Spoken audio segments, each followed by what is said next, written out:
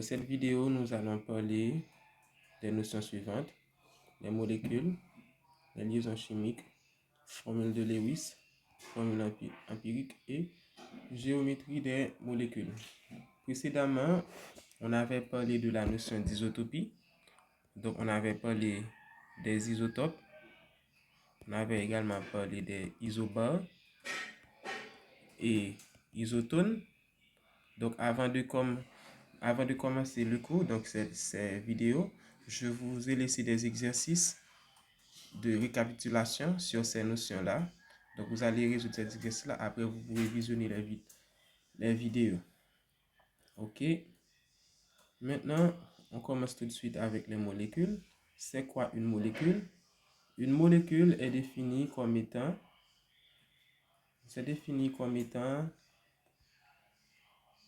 une combinaison d'atomes. Une combinaison de deux ou plusieurs atomes. Ça, c'est la définition. C'est un assemblage ou encore c'est une combinaison. C'est une combinaison de deux ou plusieurs atomes. Maintenant, comme exemple, ou bien avant de commencer, je fais une différence. Il ne faut pas du tout confondre 2H, par exemple, et H2. Lorsqu'on écrit 2H, ça, ici, on a deux atomes d'hydrogène, donc deux atomes de H, alors qu'ici, on a une molécule de H2. C'est une seule entité qu'on a ici. Une molécule de H2. De même, si on écrit 3O et O3, c'est pas la même chose. Ici, on a en fait, ici, c'est pas 30, c'est 3O. Ici, on a 3 atomes d'oxygène. 3 atomes d'oxygène. Alors qu'ici, on a une molécule. Cette molécule-là a un nom spécial. On l'appelle l'ozone. L'ozone, c'est une molécule qui est composée de 3 atomes d'hydrogène. Et l'ozone, c'est un gaz qui est très important car c'est l'un des gaz qui constitue notre atmosphère pour nous protéger des rayons ultraviolets du soleil. Maintenant, lorsqu'on a des molécules, on a deux types de molécules. Ça peut être soit une molécule homoatomique, homonucléaire ou bien homoatomique. Homonucléaire. Bon, je vais préférer la notion homoatomique. Homoatomique ou bien hétéroatomique.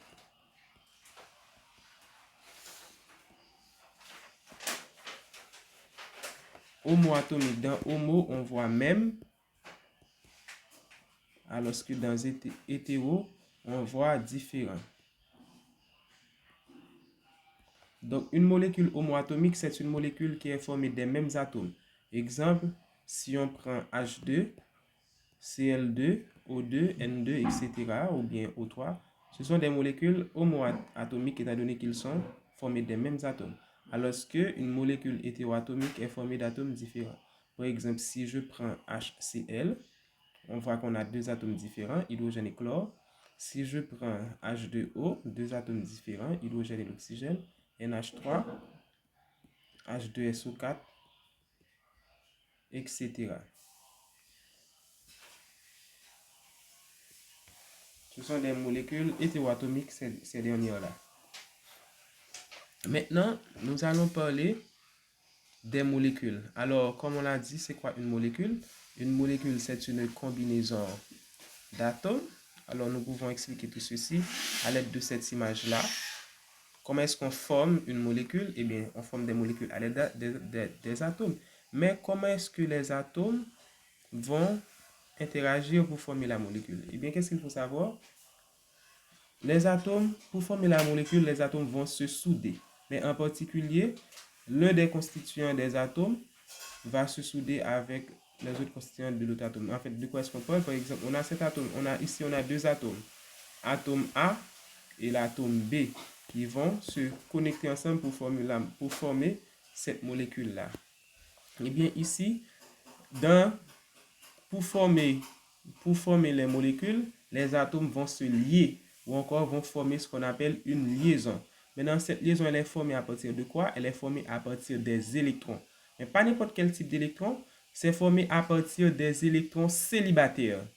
Et ces électrons célibataires-là, on les trouve sur la dernière couche de l'atome. Et donc, pour former une molécule, les atomes vont former une liaison et les atomes forment cette liaison-là à partir des électrons célibataires de la dernière couche. Et ces électrons-là vont être soudés ensemble et ça va permettre aux deux atomes de rester ensemble, ce qui nous donne ce qu'on appelle la molécule. Et donc, pour comprendre la structure des molécules, il faut bien comprendre la structure externe des atomes. C'est pour cette raison-là qu'on va présenter la notion de formule de Lewis. Car c'est cette notion-là qui va nous permettre de comprendre la formation des liaisons dans une molécule. Formule de Lewis. C'est quoi une formule de Lewis? C'est une formule qui prend en compte les électrons de la dernière couche ou encore la couche de valence. C'est une formule qui prend en compte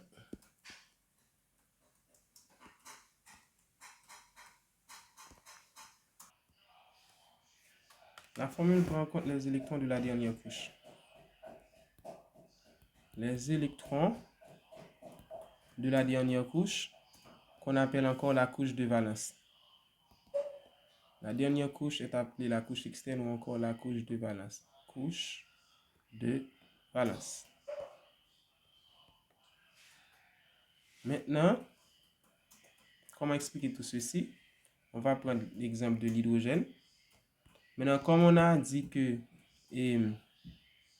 la formule de Lewis prend en compte les électrons de la couche de valence, donc comme on est en train de parler des électrons, on est en train de parler de couches, donc on voit bien qu'on va être obligé de se ramener à la notion de structure électronique, soit la structure d'après le modèle classique ou bien d'après le modèle quantique. Mais en général, on peut faire ça avec le modèle classique.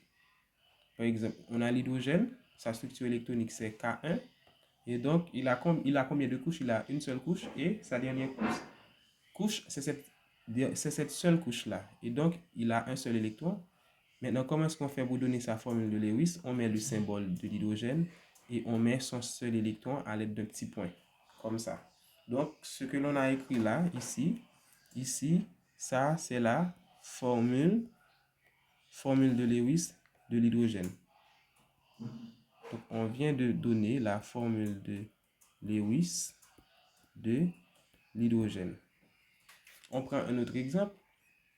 On prend un atome tel que BE. BE, il a deux électrons, donc il est K2.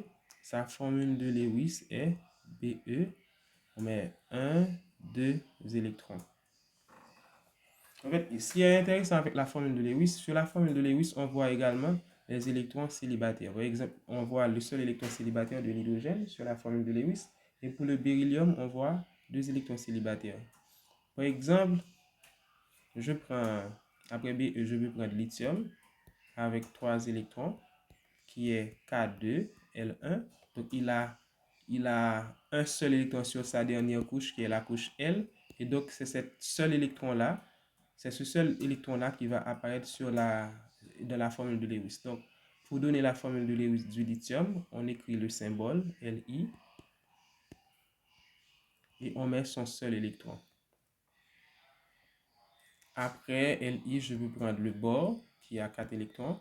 Donc, sa structure électronique d'après le modèle classique K2L2. Donc, sa dernière couche est la couche L. La couche L qui contient 2 électrons. Et donc, dans sa formule de Lewis, je mets le symbole qui est B avec ces 2 électrons-là. 1, 2. Vous allez voir, vous avez vu. Et non, j'ai mal écrit ça. En fait, le beryllium, il a 5 électrons. C'est ça? J'ai mal dit. En fait, le beryllium a 4 électrons. Donc, il est K2L2.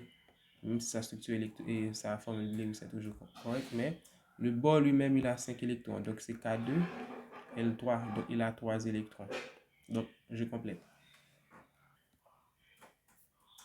Après, on prend le carbone avec 6 électrons. Donc, il est K2L4.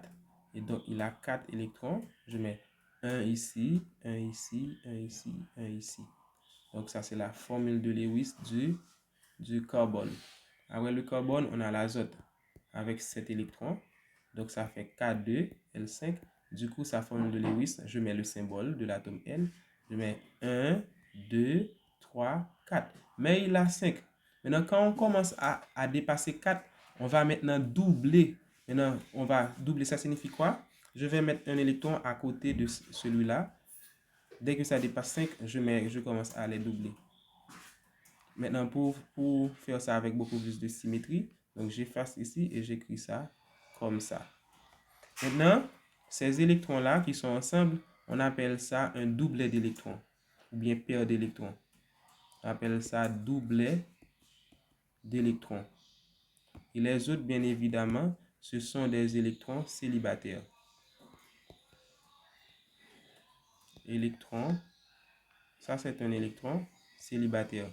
Vous allez voir sur cette image-là que l'azote a 3 électrons célibataires. Et déjà, c'est ce qui donne sa valence, le nombre d'électrons célibataires qu'il a.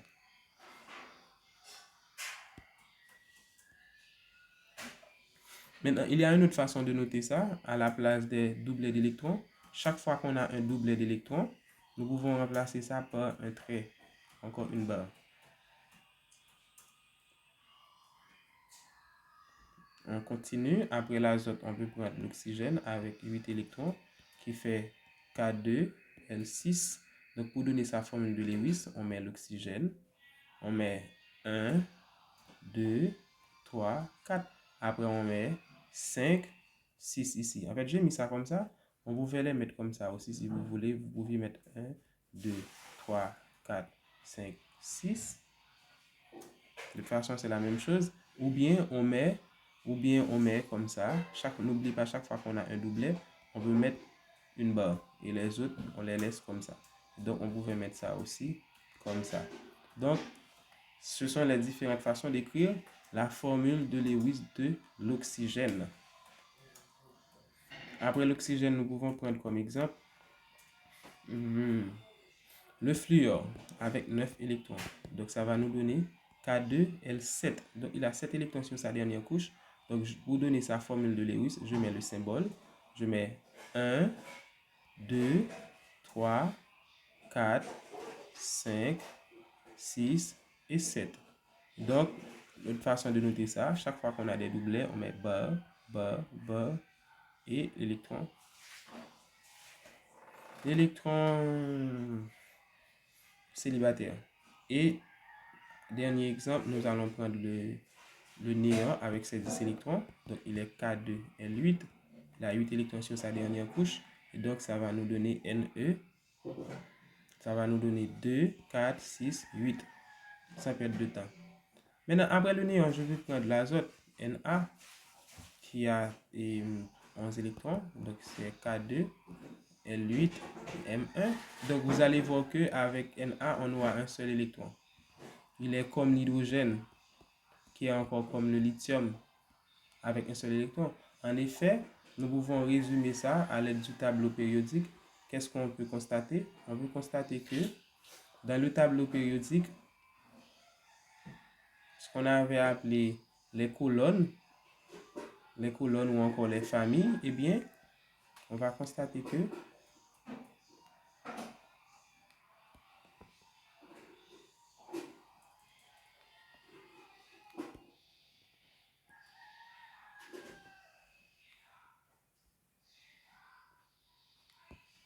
on va constater quoi? On va constater que dans un tableau, lorsqu'on est dans une même colonne, on aura la même formule de Lewis. Par exemple, ici, tous les atomes qui se trouvent dans la même colonne que l'hydrogène auront la même formule de Lewis. Ça signifie quoi? Je viens de le préciser. La formule de Lewis de l'hydrogène, c'est le symbole de l'hydrogène avec un seul électron. C'est la même chose pour le lithium, un seul électron. La même chose pour le sodium, un seul électron. Et c'est la même chose pour les autres, y compris K. Donc K va être un seul électron dans sa formule de Lewis. Maintenant, lorsqu'on passe à la deuxième colonne, le groupe 2A, ça va être la même chose. On va avoir BE avec 2 électrons, Mg avec 2 électrons, Ca avec 2 électrons, etc.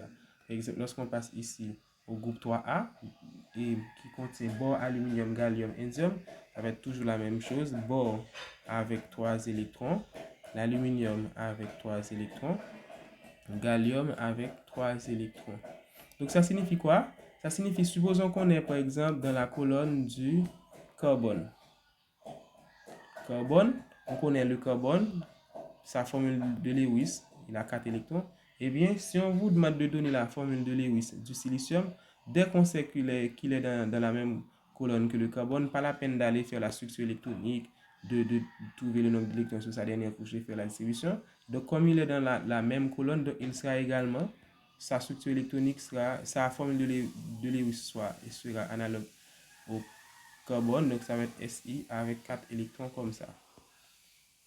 De même, lorsqu'on est ici pour l'oxygène, on voit qu'on a oxygène, soufre, sélénium, tellure. Donc, si l'oxygène, on l'avait déjà vu, il était comme ça, eh bien, le soufre va avoir la même structure électronique.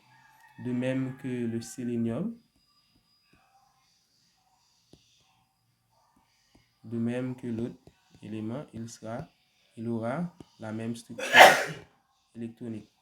Maintenant, une autre chose, on a écrit ça comme ça. N'oubliez pas que je l'avais dit, on pouvait l'écrire comme ça également. On peut même l'écrire, des fois on l'écrit comme ça aussi. Mais ce sont dans des rares cas qu'on écrit ça comme ça. Lorsqu'on écrit ça ici, ça ne signifie pas qu'on a un doublet d'électrons ici, mais c'est pour pouvoir faire quelque chose. Après, je vais vous expliquer quoi.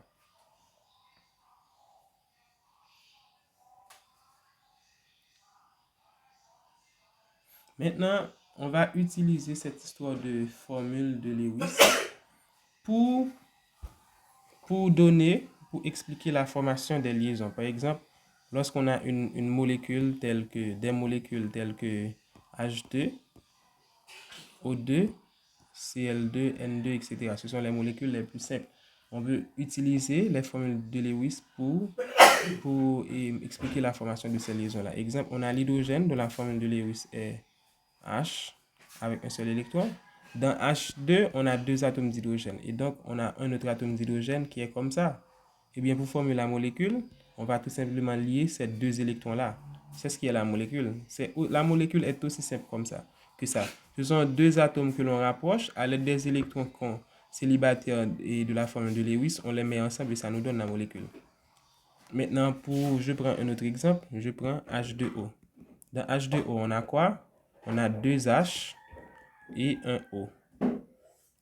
On a H qui est comme ça et on a O qui est comme ça. Donc, j'ai décidé de mettre l'atome qui est en plus petite quantité, on va le mettre au milieu. C'est ça la règle. Donc, je mets l'oxygène au milieu. Et comme il y a 2 H, je mets un H ici avec son électron ici et l'autre H ici avec son électron. Maintenant, pour former la molécule, je vais lier les électrons célibataires des atomes. Donc, voici la molécule de H2O. Donc, dans H2O, on a O au milieu qui est lié à 2 H et l'oxygène a 2 paires d'électrons d'électrons ou bien des électrons non liés. Donc, ici, qu'est-ce qu'on appelle liaison? Voici les liaisons. On a 2 liaisons ici. Ça, c'est une liaison. Et ça, c'est une autre liaison. À noter que les liaisons sont formées d'électrons. Les liaisons sont formées de quoi? Les liaisons sont formées d'électrons. Dès qu'on parle de liaison en chimie, on voit des électrons qui sont soudés, qui sont mis ensemble. Donc, une liaison est une mise en commun d'électrons. Ça, c'est la définition d'une liaison. Mise en commun d'électrons. Ça, c'est la définition de liaison. Mise en commun d'électrons. Si on a une molécule telle que O2, comment donner ça? Comment expliquer la formation de ces liaisons à l'intérieur de O2? Dans O2, on a 2 O. Chaque O a une formule de Lewis comme ça. Et donc, on a 2 O qui sont comme ça. Maintenant, qu'est-ce qu'on sait? Pour former la molécule, on va lier les électrons célibataires. Voici les électrons célibataires, voici les deux autres. Donc, voici la molécule. Dans la molécule, les atomes sont liés ainsi. Mais maintenant, pour pouvoir faire ça avec beaucoup plus d'esthéticité, eh bien, qu'est-ce qu'on va faire? L'électron qui était ici, on va l'effacer, on va le mettre ici, à côté de l'autre électron. On va faire de même pour l'autre, l'électron qui était ici, on va l'effacer, on va le mettre ici, à côté de l'autre. Et maintenant, on pourra lier les liaisons comme ça. Et donc, dans la molécule de O2,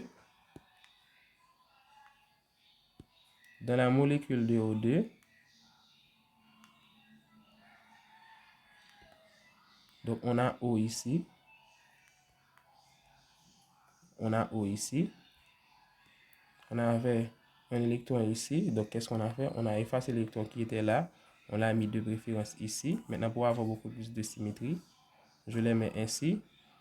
De même pour l'autre atome d'oxygène, on avait les électrons célibataires qui étaient ici, donc on efface l'électron qui est là, on le met de préférence ici. Maintenant, pour former la molécule, on lie ces électrons comme ça. Et donc, voici ce qu'on a pour O2, ou bien on veut le noter comme ça, pour ne pas trop lier la forme, et on les note comme ça. Donc, c'est ainsi que les atomes sont liés dans O2. Et si je prends Cl2, sa formule de Lewis, c'est quoi? C'est Cl, comme ça, avec un seul électron. Donc, quand je vais mettre ça avec Cl2, ça va être comme ça. Et donc, je vais lier les électrons comme ça. Voici comment les atomes sont liés dans la molécule de Cl2. Si je prends maintenant N2. N2, ça va être quoi?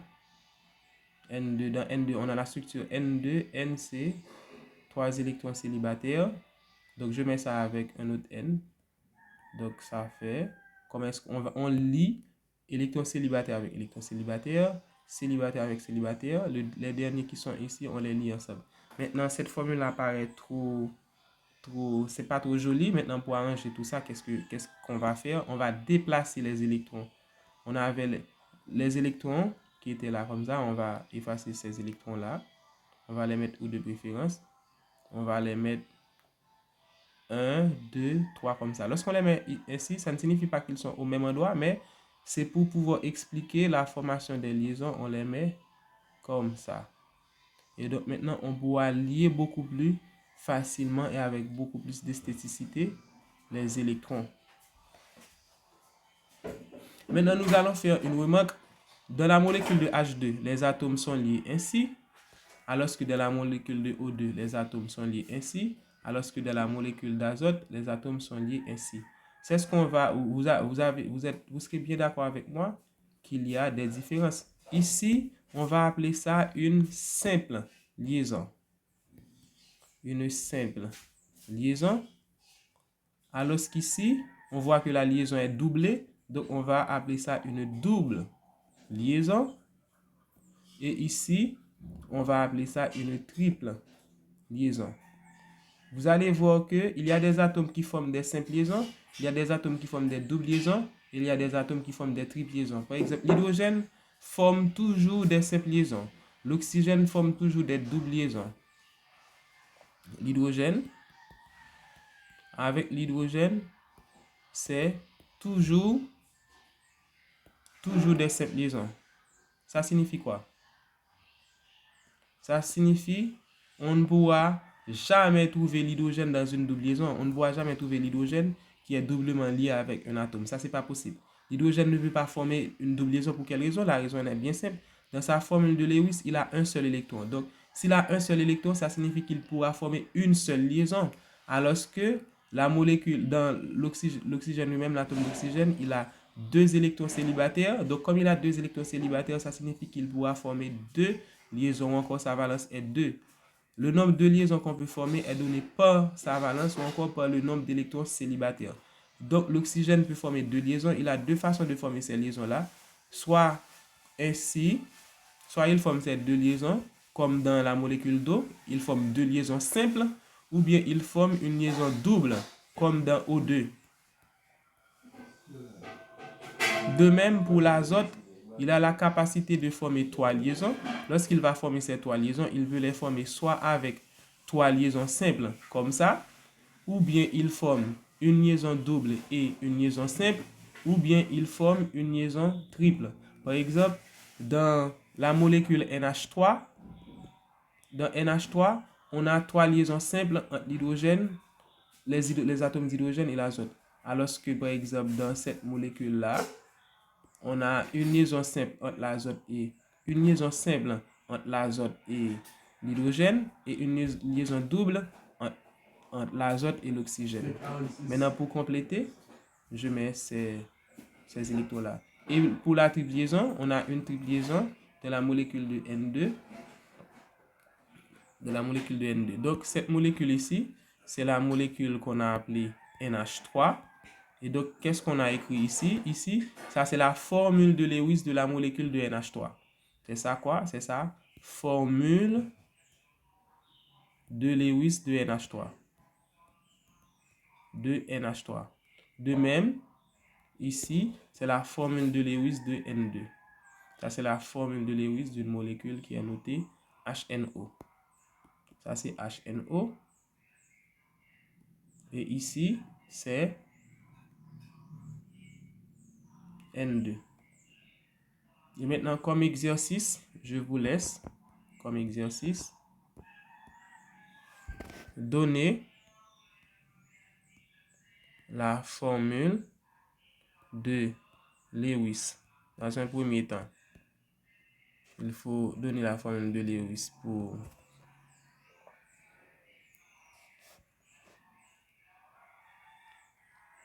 l'aluminium, chlore,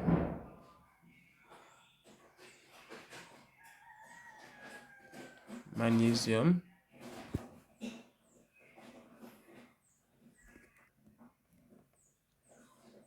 l'argon. Si vous avez besoin des quantités d'électrons, vous pourrez le trouver dans ce tableau-là, tableau périodique. Je vais vous envoyer le document, donc vous pourrez trouver le tableau dans le document.